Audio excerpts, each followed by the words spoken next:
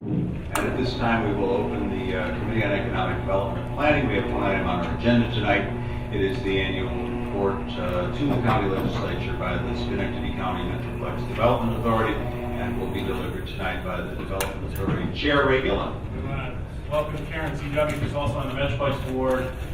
Just ask all of the members tonight to send out good thoughts and prayers to Chuck Steiner, who's a big part of our team. We took him through the casino today. We had a blast. Chuck was in great spirits. If you don't have his home address, we can get it to you, but he's ailing a bit, and he needs our prayers and our thoughts. And Chuck's been a great cheerleader for Schenectady, a great promoter of Schenectady. He helped us with, it's a big part of our team, so we just ask you to send out those positive thoughts. Send some to me tonight because I got a cold. That'll keep it shorter than, I think last year was 100-something slides, so I'm much less than that this year. More. We'll feel shortchanged. The highlight this year, of course, is the rebirth of the Alco site. It took a lot of guts, persistence by this legislature, by this economic development team to go forward with this project. We're very blessed to have the biggest and best developer in the region in upstate New York. The Blessed Group is our partner, but I kind of like to look at quotes sometimes. In the old Scotia Navy depot, I remember talking to the burmaster about the old depot when it was open, but their motto when it was open was, the difficult we do it once, the impossible may take a little longer. And my second favorite quote when it comes to this project is an old steel plant in West Virginia where the workers' motto was, our future lies in cans, not cans. A lot of people said you can't develop an Alco site, and we persevered and got it done. Many people said it couldn't be developed. In fact, my predecessor said the Big End site, which is where Alco had their diesel shops, could never be redeveloped. But of course, he was wrong. Because what's at the Big End site? What's at the site of the old diesel shops? This 240,000 square foot goal of headquarters.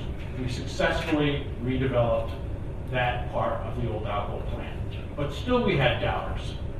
Even when we said to people, the Alco plant in Richmond, Virginia is a bow tie cinema. The Alco plant in Providence, Rhode Island is a thriving mixed-use development. We still had doubters.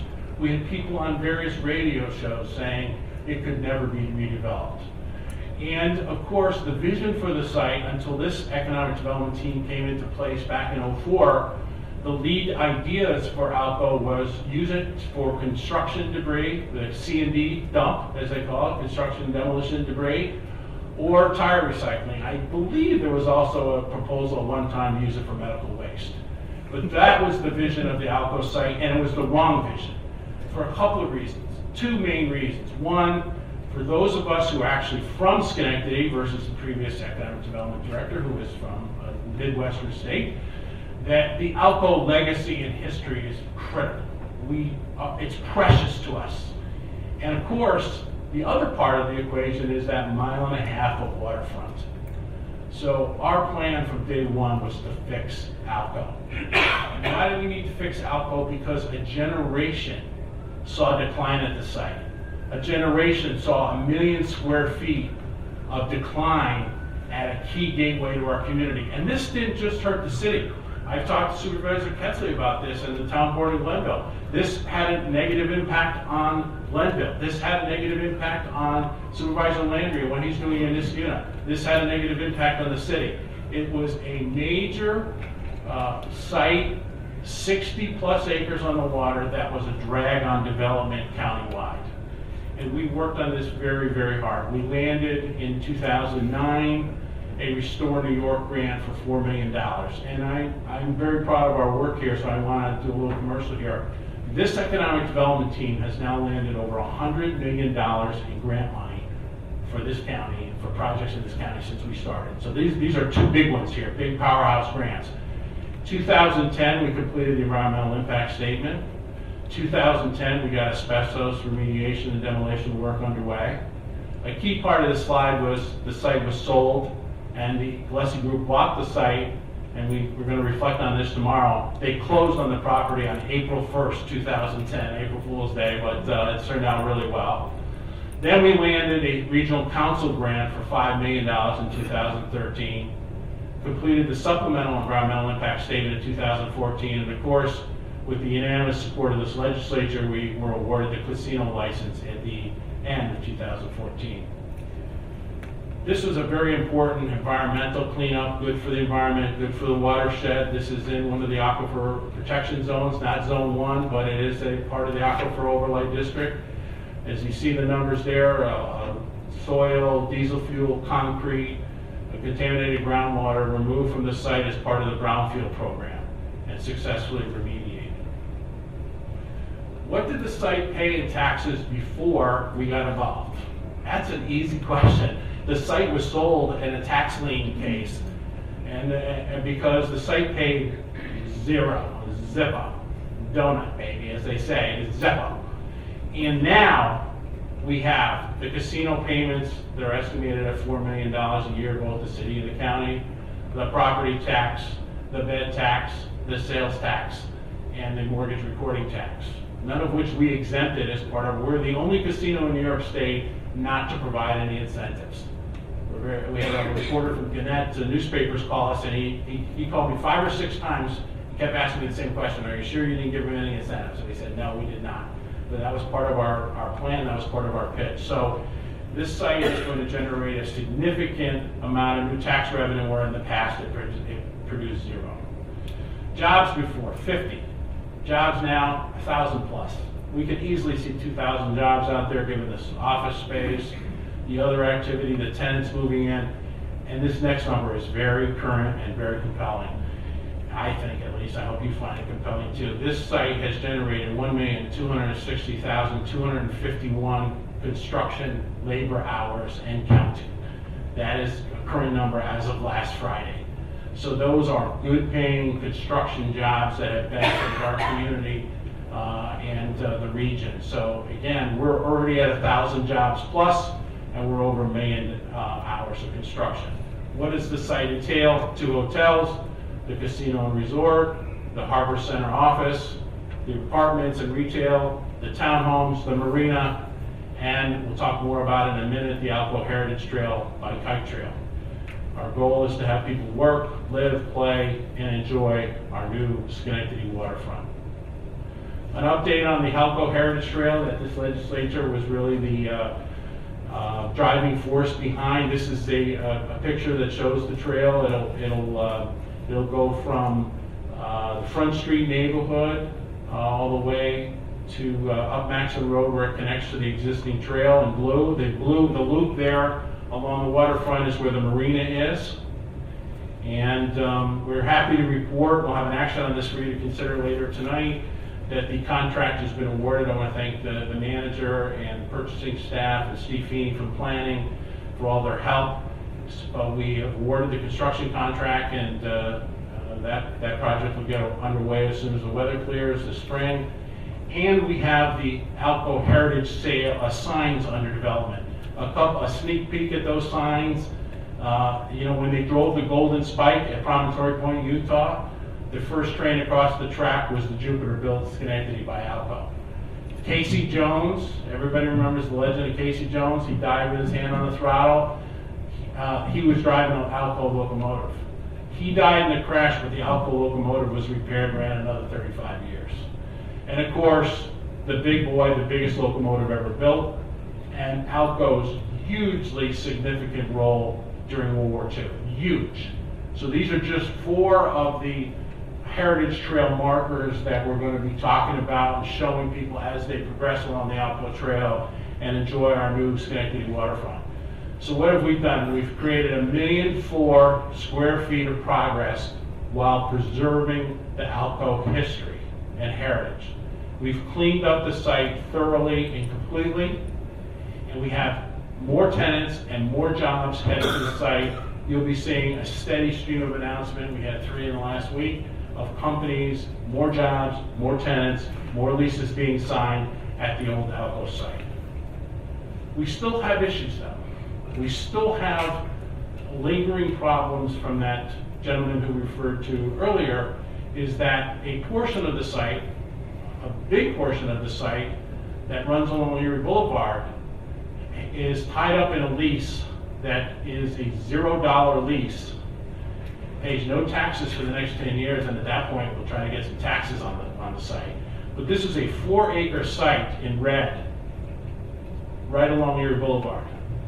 because the person who was the economic development person in this community who did not understand development, did not understand how to put together a solid transaction, created a lease that pays 0 through 2089 for a 4-acre site along Erie Boulevard. So as much as you'll see, we have not, it's no mistake that we haven't developed that portion of the site. Maybe we can talk about that later if you want to ask questions, but I think that's something we wanted to get out there and talk about because people in the community need to know that that 4-acre site is tied up for $0, net, no taxes through 2089. Now, as significant as the Alco project is and was this year, and as significant as the Alco cleanup was and is, the much more important cleanup happened in Glenville. This legislature took a proactive approach to the water supply issues you're reading about in Hoosick and Flint and other places. We, from day one, have said our trillion-gallon aquifer is critical to our future. We all drink water. We can't survive without it, and it's critical to our economic development. Protecting it is our #1 job. Job #1, as Ford used to say. And we are so indebted. It was literally a Herculean effort by Senator Schumer and Congressman Tonko to get $15 million in the federal budget 2 years ago, I believe, maybe 3 to protect and address some serious issues at that GSA site in Glenville. I'm happy to report that project worked beautifully this year, tremendous partnership between the Army Corps of Engineers, GSA, the community, the county, this New York State DEC. The project is on budget and on schedule. And while you were all driving by the Glenville Park this year, 1,000 tons of iron substrate, fine iron particles, were injected into the ground to create a barrier, a reactive barrier that has worked all around the country to block first the trichloroethylene that's under the site from reaching the aquifer in the river, and also break it down. So this is the power slide for tonight. If we don't protect, we had to protect our water supply. We didn't react to water issues as other communities did. We were proactive. I actually was working on this issue when I was with the State Economic Development Agency because I was very involved with all the military bases around the state. So my history with this goes back a long time, but I cannot emphasize enough the critical partnership between the Army Corps of Engineers, the GSA, the DEC, but without the $15 million that was put in the federal budget, our water supply, could have been at risk. And now we fixed it, it's on time, it's a monitoring process, the fix is in the ground, and it's something we're very, very proud of and everybody should talk about. Now that that's done, we'll move forward this year with we hope to close an agreement to purchase that 42-acre remaining GSA site in Glenville and develop it as a shovel-ready site for more jobs and more businesses. On the lower left is the new CPDI facility, 151,000 square feet, very successful project, several hundred jobs. We want to bring more companies like that to the Glenville Park, and with this 40-acre site, we hope we'll be able to do that. In fact, we're working with several prospects who are interested in the site. We would basically buy the site from GSA and then turn around and sell it to a new company that would build a facility at the park. So this is something we're very, very targeted on this year in Glenville. Other things in Glenville this year, we're happy to participate in the town center project with some funding for their lighting efforts. We have jumped in and are helping to preserve the post office in Alquaz. The 20,000 square foot retail mixed-use office retail complex at the former McDonald's site opened this year. And I know Legislator Socha's not here tonight, but that project has been such a success. That was a piece of land that was empty for many years. It had no tenants going into the project. And the county IDA, which Legislator Hughes chairs, jumped in. We gave a very modest pilot agreement. We said we're going to continue to collect 100% of the taxes on the land, and we're going to start the taxes on the building at 50% in year 1 and go up 5% a year for 10 years. Again, there was nothing there. It was a piece of dirt. It had been vacant for 20, 30 years, and they had no tenants. But with that inducement from the IDA, they were able to jump in. If you go by that building, it's gorgeous. There's apartments, there's restaurants, there's medical arts, there's offices. It's just been a very, very outstanding project for Glenville, for the county. We're involved, we helped fund a feasibility study for expanding the sewer service in Duanesburg back in 2011. That project came together beautifully with the consultants and the town. We were able to provide a $156,000 match that helps drive an extension of that sewer service to support commercial corridor development. But that's a great project moving forward, fully funded. We're grateful to the state for their help. Niskuna, again, back to our water theme, they were the winner. Congratulations, Supervisor Landry, to have the best drinking water in New York State. You guys fight that out later. That's a very significant, beat every other municipality in the state. We're working closely with the town to redevelop the former Williams Auto Parts site as a $30 million investment. Automated Dynamics opened their new 30,000 square foot building at the Niskuna Commerce Park. We worked with Joe Ryan and his team to secure some funding for some safety improvements in Balltown. Basically, our role there is to help provide the match, saving the county from putting up that match. We think that's going to be a very important project. We landed some additional tenants at ShopRite Square, and we've been to Upper Union Street. We have a new $8.5 million medical arts building that is nearing completion, right on schedule. And just last week, the governor announced a project we worked on all of last year, a $20 million investment at E1 with 80 new jobs. E1 is a great employer in this area. They're very excited about their expansion, and we're pleased to work with them and help them out. Rotterdam, we brought a company called CapTech Logistics to the park in 2004. They expanded this year. One of the projects we're very proud of this year, there was a company called American Medical Depot. They're the vendor, one of the lead vendors in the efforts to revitalize and improve service at the VA. And we were able to, they're based in Florida, they're growing very fast, and they looked all around the Northeast Mid-Atlantic region for a distribution regional headquarters. We were able to bring that deal to the Rotterdam corporate park, 60,000 square feet, 20 jobs. Very, very fast-growing company, very interesting. We did tell them, though, their initials in Florida are AMD. We said, you can't use AMD around here. People think of another company, but it was a great win. We had the groundbreaking on the Draper Lofts project. We were so happy to have many of you at that event. Legislator Milano, Chair Jasinski.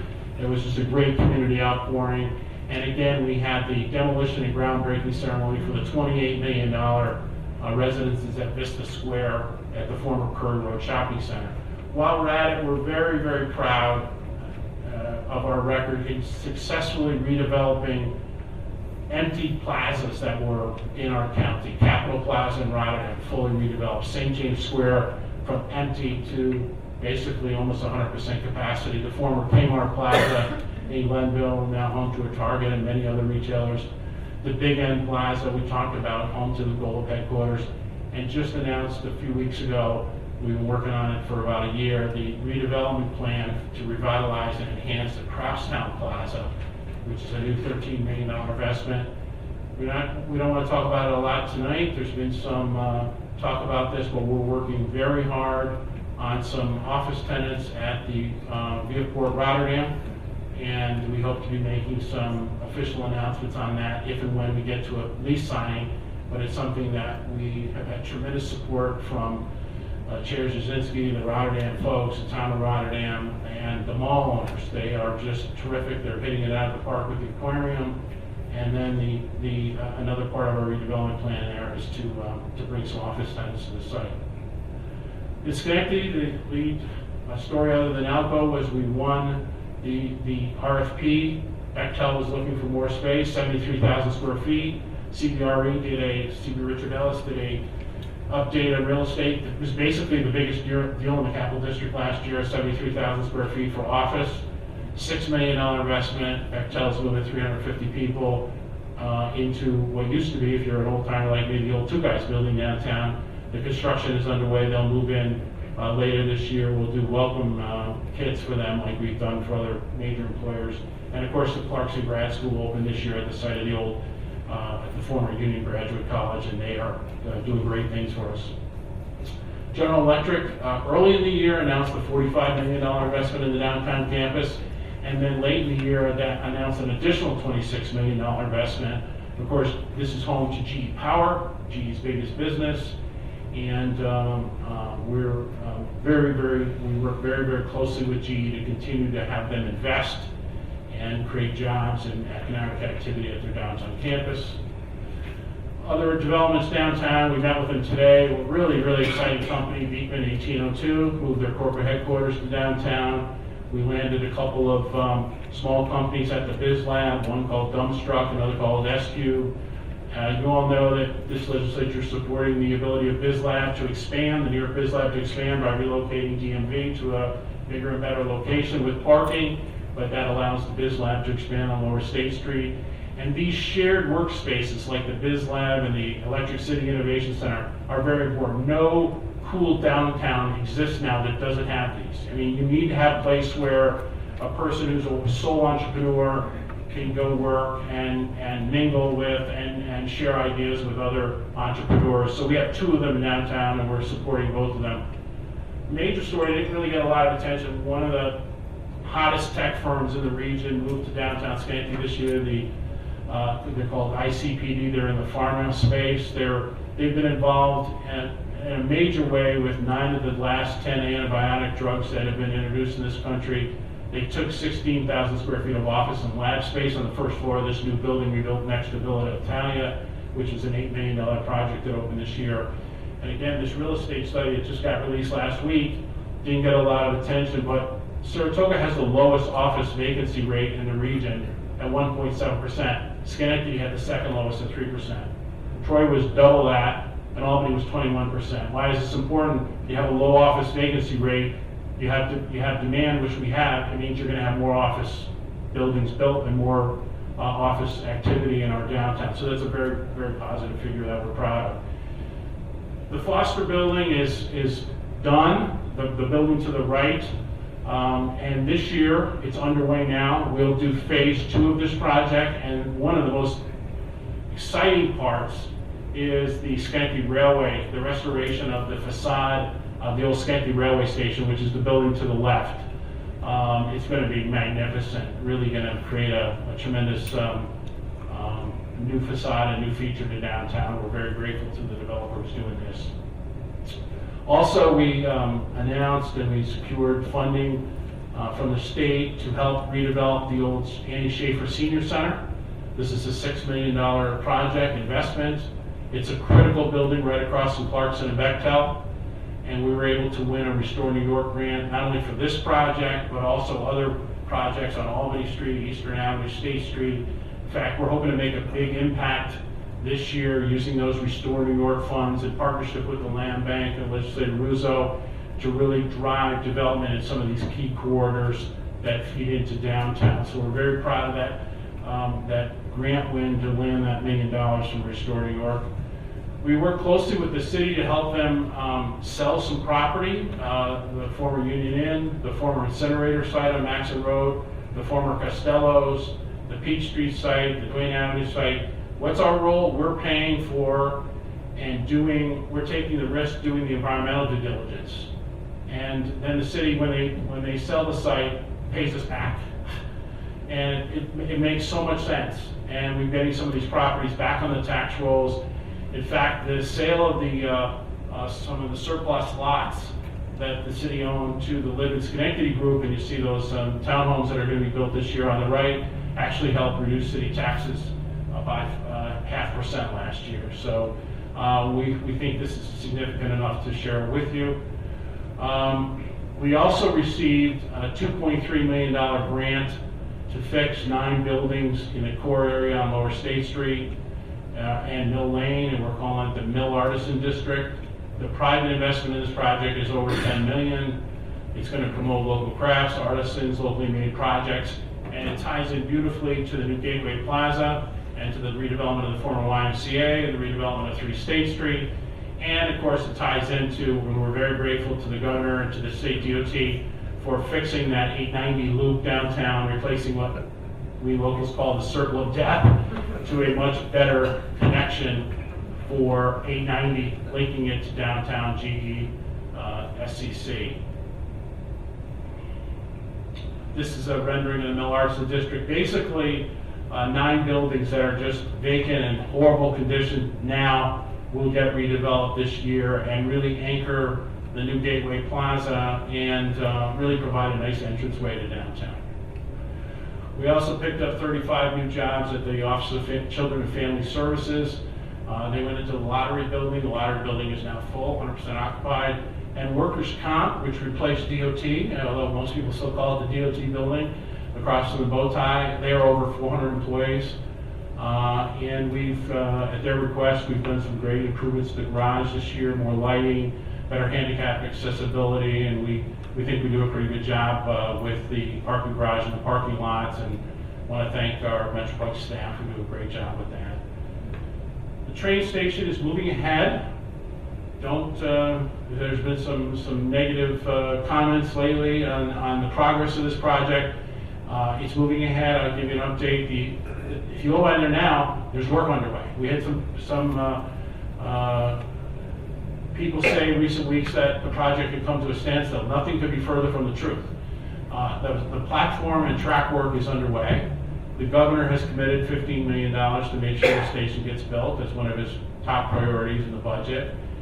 We expect a bid to go out in March for platform and culvert work, and the station contract will follow. Of course, it can't happen until the platform and culvert work get done, and the goal is to complete the station by the end of 2018.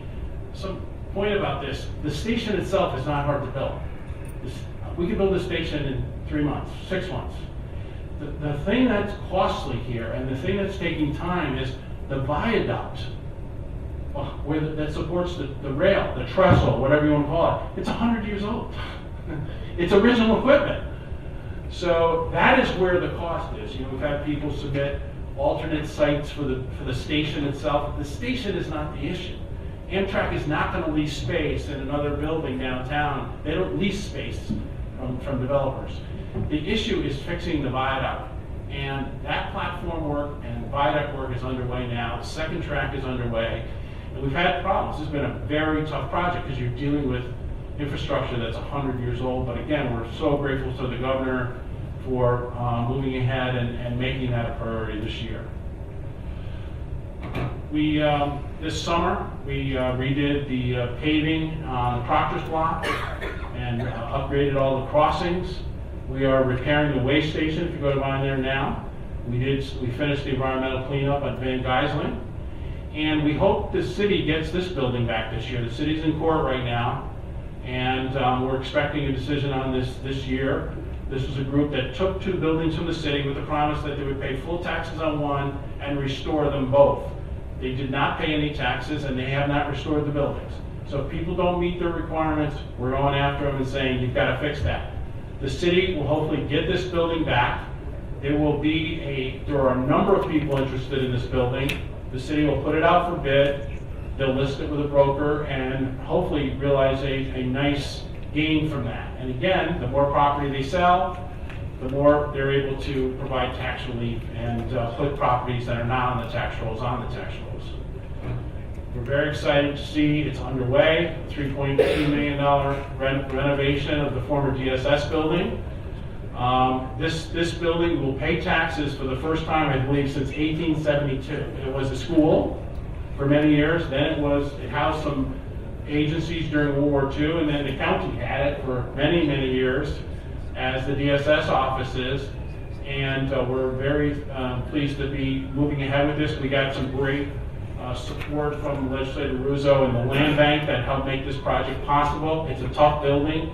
Asbestos abatement is nearing completion, and you'll see renovation work will begin and it will be completed this year.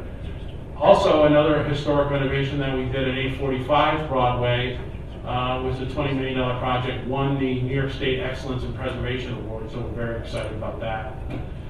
We took a vacant former firehouse, and yes, at one point it was a strip club on North J Street, and worked with the owners of Mopco to redevelop that building. It's really cool. If you haven't been in it, go. It's really exciting, and it creates kind of a new arts venue, a new location to do events and performance space downtown. And the city, we're working with the city to redevelop 507, a building that was in really tough shape and adds to the momentum on Lower Union Street. Good example of our facades. Some people say, are you still doing facades? Yes, we do facades countywide, but on the left is the before and the right is after. It really makes a difference. One of the most exciting things that's happening in Schenectady right now is what's going on Albany Street. The construction continues on schedule, on budget for the Joseph Allen Apartments. It's a $17 million project.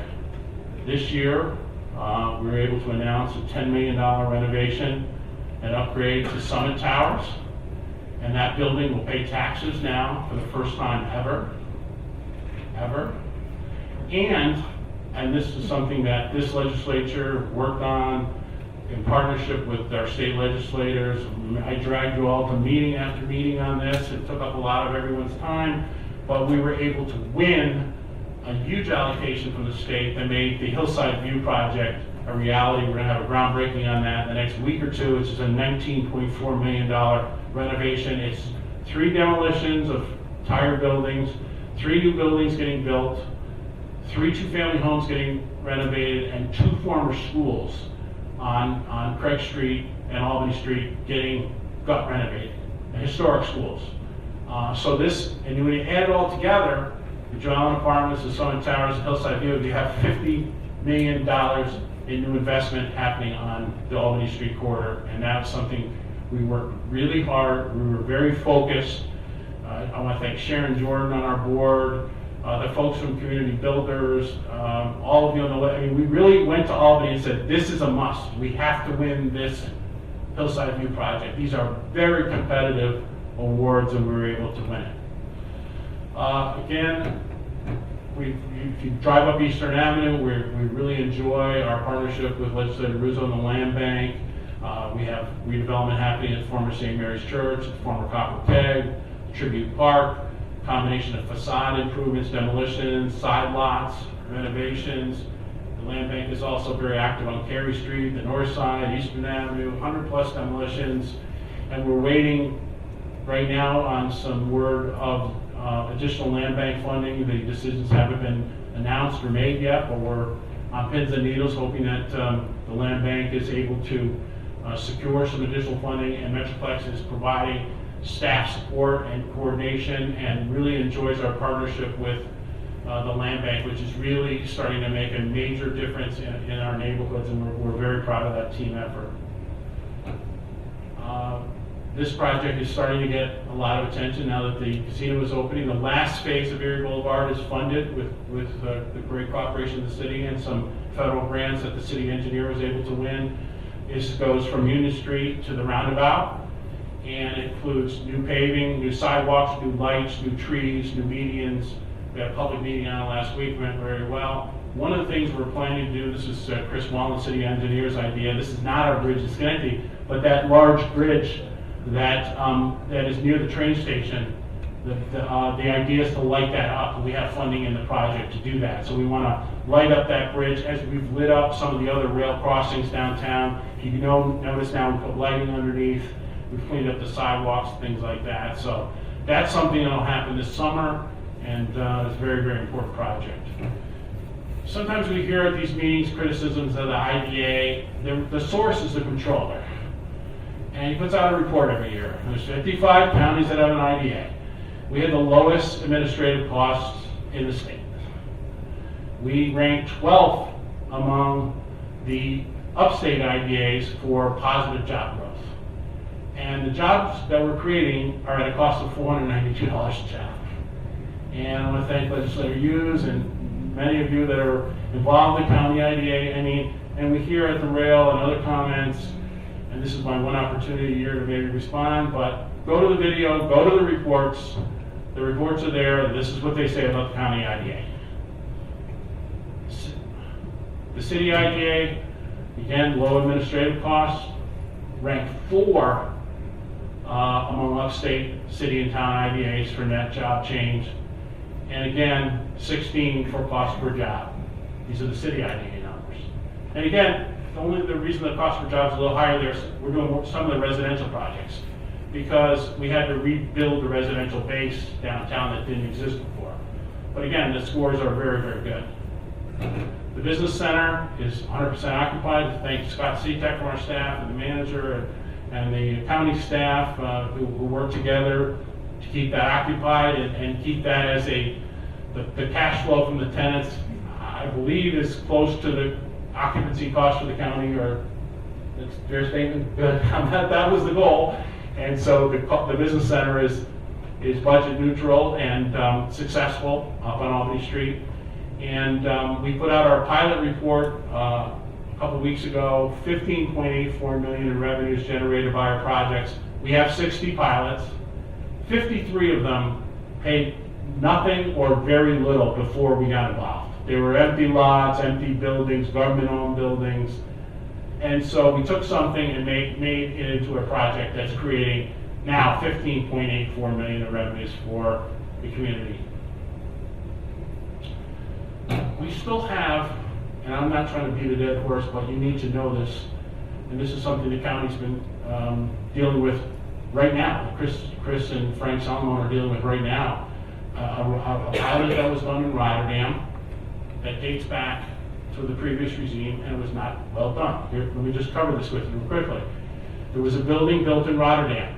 The city owned the Empire Zone. The city was gracious enough to say to Rotterdam, we'll give you acreage for our Empire Zone and you can use it to do projects, as they did with Glenville, as they did with this unit. They didn't have to do it, but the city did that. So they provided Empire Zone coverage for this site in Rotterdam on Burdick Street. They extended the zone, and that allowed the business owner who's going there, the developer, to pay full taxes and get them reimbursed by the state. So no pilot was needed. Well, what happened? What happened under the previous regime? They did a pilot anyway. There was no tenant, it was a spec building. They did a 15-year pilot, even though they could have gotten full reimbursement from the state for 10 years. They fixed the assessment in the pilot, which is not a good practice, at a lowball number of $50 a square foot. And they started the tax payments under the pilot at 30%. This is just not how you do pilots. I mean, we tried to bring one of these in front of the county and I think Gary would tell me to look for a new job. I mean, legislators, I should say, we don't start at 30%. We don't fix the assessment. We don't do 15 years. And you don't do it especially when you have an Empire Zone that says to the building owner, pay full, you get it back from the state.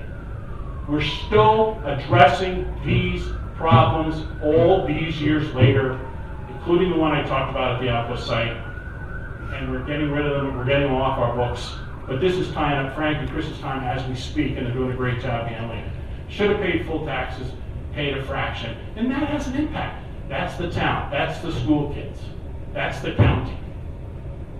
And that's what we had for economic development in this county prior to 2004. We appreciate the support from Metroplex. We got our bond cap increase this year. We had a very strong home rule message from you. We had tremendous support in the Senate and Assembly. I don't think there were any no votes, or there were one or two. And the governor signed the bill on September 30th and allows Metroplex to keep using the sales tax proceeds to invest in projects that create more sales tax, more jobs, and more property tax. There are also comments made at the rail occasionally about reports. We file a lot of reports. They're all public, and you should go look at them if you're interested. We have a budget report, we have a certified financials, we have an audit report, we have a procurement report, we have an investment report, we have an operations report, statement of missions, property report, and we have a new capital plan coming out this month that you'll see. We do tremendous amount of reporting to the authority's budget office and to the state controller and to countless other folks. This is all on the internet. We have never been cited for late reports. The authority's budget office just put out a stinging report last week citing all kinds of authorities and IBAs for not compiling with their reporting requirements. We have never been cited in one of those reports.